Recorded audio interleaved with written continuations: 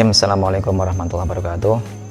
Sahabat-sahabat yang dirahmati Allah, bahwa dalam kehidupan bermasyarakat, salah satu kenikmatan dalam berkehidupan sosial itu adalah kenikmatan ketika kita sedang bercengkrama dengan orang-orang di sekeliling kita, dengan orang terdekat kita.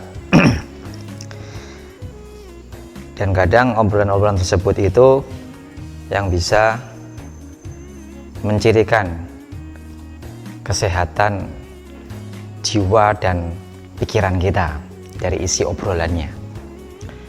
Termasuk pada saat tahun-tahun politik semacam ini, banyak orang yang menjadi dalam tanda kutip pengamat politik dadakan, karena obrolan yang paling enak dibicarakan di cangkruan, di pos ronda atau di perempatan itu tentang situasi politik yang berkembang, entah itu pilihan presiden, entah itu pilihan anggota legislatif di parlemen, atau nanti menjelang pilkada dan pilihan gubernur.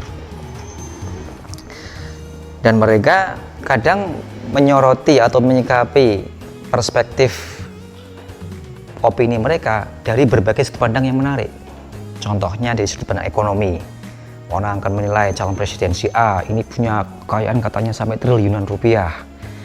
Ya, dari sudut pandang klinik, contohnya dihubungkan dengan dulu itu ada ramalan milik Joyoboyo yang namanya, yang sering diistilahkan dengan Noto Nagoro. Orang diutak-atik gathuk siapa yang nantinya akan menjadi presiden itu siapa. Nah, itu seperti itu. Atau ditinjau dari segi sejarah, orang mengutang-atik dari perspektif sejarahnya. Dulunya si A pelanggar HAM, dulunya si B itu yang punya permasalahan dengan hak-hak yang dirampas di wilayah tertentu.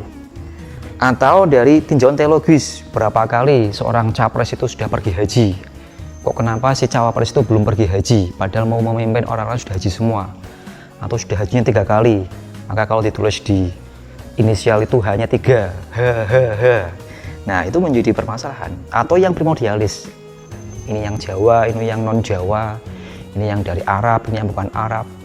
Padahal dalam hal tersebut itu pasti terselip apa yang namanya hibah, membicarakan orang lain tanpa orang lain itu tahu ataupun tanpa orang itu meridhoi apa yang dibicarakan.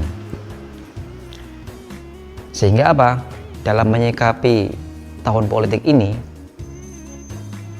pengurus besar Nahdlatul Ulama dulu sampai menerbitkan sebuah rilisan yang namanya Pedoman Berpolitik Warga Nahdlatul Ulama.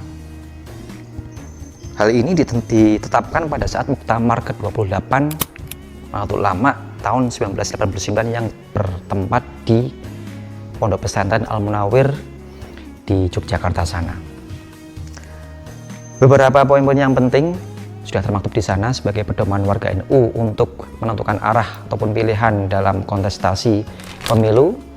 Di antaranya adalah poin yang penting, yakni tentang perbedaan pandangan antar aspirasi-aspirasi politik warga NU harus selalu dalam suasana persaudaraan, bukan memecah belah, bukan kemudian memunculkan konflik antar warga NU sendiri ataupun antar warga NU dengan warga lain, yang mana di dalamnya warga NU harus selalu menjaga persaudaraan, tawaduk dan saling menghargai satu dengan yang lainnya.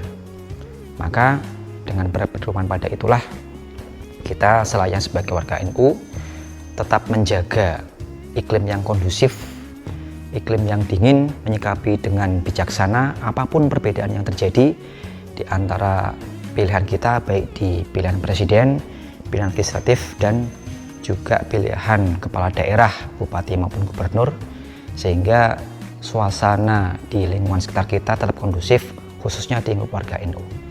Demikian dari kami. Assalamualaikum warahmatullahi wabarakatuh.